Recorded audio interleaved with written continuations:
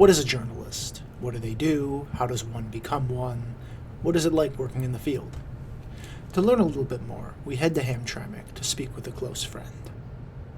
So my name is Simon Albaugh, and I work for the Many American News of Hamtramck, Dearborn, and Detroit. Cool. So Simon, I guess at the beginning, you work as a journalist. What eventually in the road of your life led you to wanting to be a storyteller, to be a journalist? Um, I think the most important part of this is that I never, like, as a kid, I never thought about being a journalist. I just wanted to be a novelist. I wanted to write books and I wanted to write stories, and it seemed really fun to me to just be able to try and live an authentic life and write about it. And I didn't realize that, through the development of that, at some point you have to figure out how to make money writing. And so after college, actually before I left college, it was kind of the way I made money writing. And then it stuck, and now I'm kind of invested in seeing it through at this point. Cool. So you traveled a couple times. I was there for one. Can you just tell me a little bit more about both trips and the experiences from both trips that actually kind of, that you feel have led to you being a better storyteller? It's kind of weird going over the questions twice, to be honest. I felt like I had such good answers the first time. So for the first trip, I went to Greece on a study abroad with my college. And I think,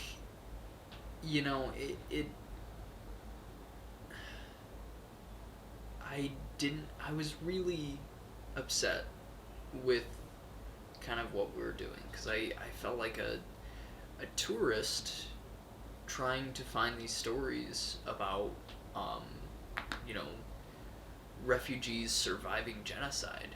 And in a way, like, there's, you can be a tourist at resorts where it won't hurt anybody's feelings. It won't damage anything. It won't do anything bad. But as a tourist in these kind of disastrous situations, you really feel like you're taking from people.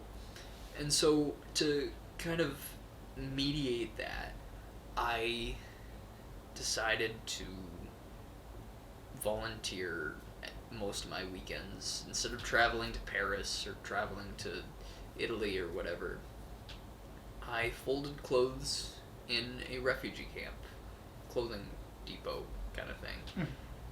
Because I thought that if my journalism wasn't the thing that's deliberately being used to help people, then something has to deliberately help people.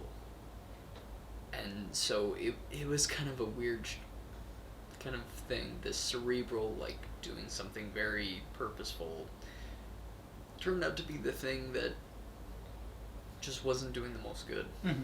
So I kind of learned that, in a way, journalism has to be a deliberate attempt to kind of try and guide the conversation in a way that's productive, either using principles like democracy and, people needing or having a democratic right to know what's going on in their government, Mm-hmm. or something like that. Mm-hmm.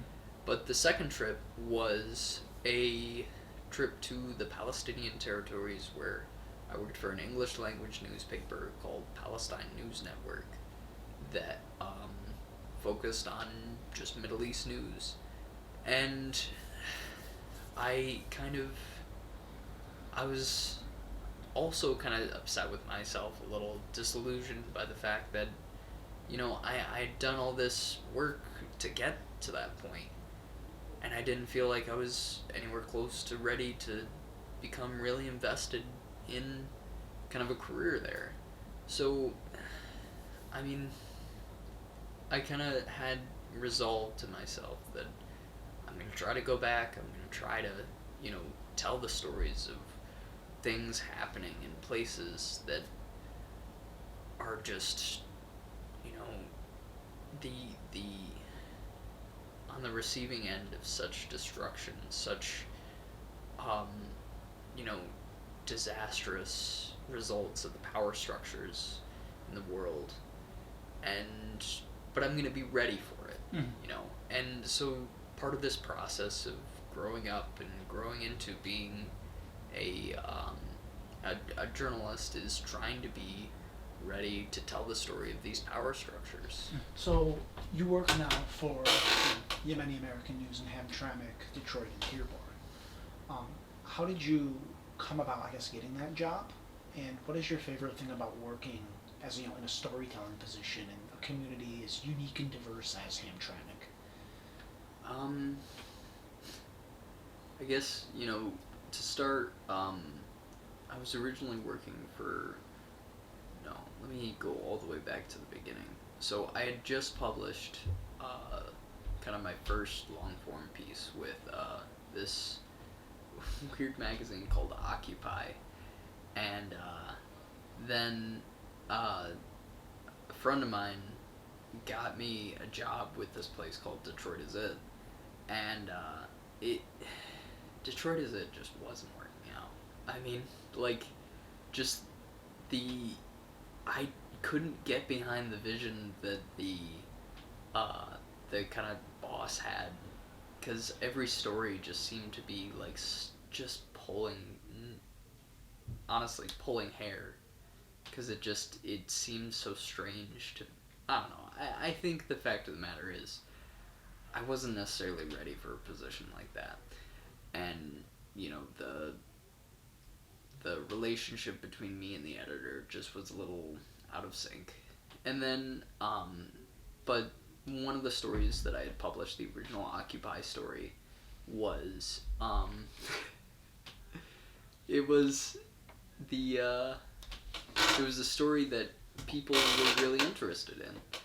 Um, and then I had published another story with Occupy about, politics in Hamtramck, and that's when someone who was working on a book on Hamtramck connected me with the publisher of the Yemeni American News.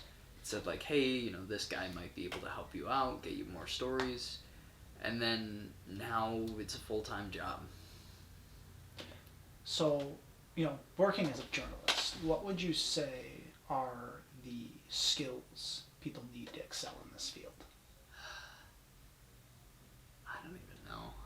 I think the fact of the matter is now you need to be able to deal with the stress of just having to constantly churn out stuff. Mm-hmm. You need to have foresight. I mean, like knowing what's going to be a story tomorrow, today. Things like that. And it's. I think you need to be able to communicate with people on a very personal level. I mean, like, that level that just digs really, really deep into things that they didn't even know about themselves. Mm-hmm. Because that's what's going to end up making the best thing on print, the best thing in video, Mm-hmm. stuff like that. But mainly, I think you got to know too how to navigate these very complex bureaucracies of politics, of gatekeepers, of this, of that. Because you're going to have people who make it a point to keep normal people out. And journalists are supposed to know, exactly how to go between those gatekeepers, go between those, the people who are, tell the normal people no. Mm-hmm. And last question for these younger people still in school, things like that. What advice do you have for them? A young college age aspiring journalists. What advice do you have for them?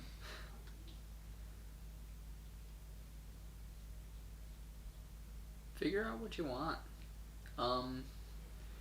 I think the thing that I've been struggling with, and that I wish I wasn't struggling with, is that I remember I was talking with a mentor of mine. He wrote this book called A $500 House in Detroit, and we were having lunch I don't know, at some restaurant on the south side of Hamtramck, and he said like, I don't know what the young people want nowadays, but you do know. You're a young person, and I was like, yeah, I'm young, but I don't know what I want.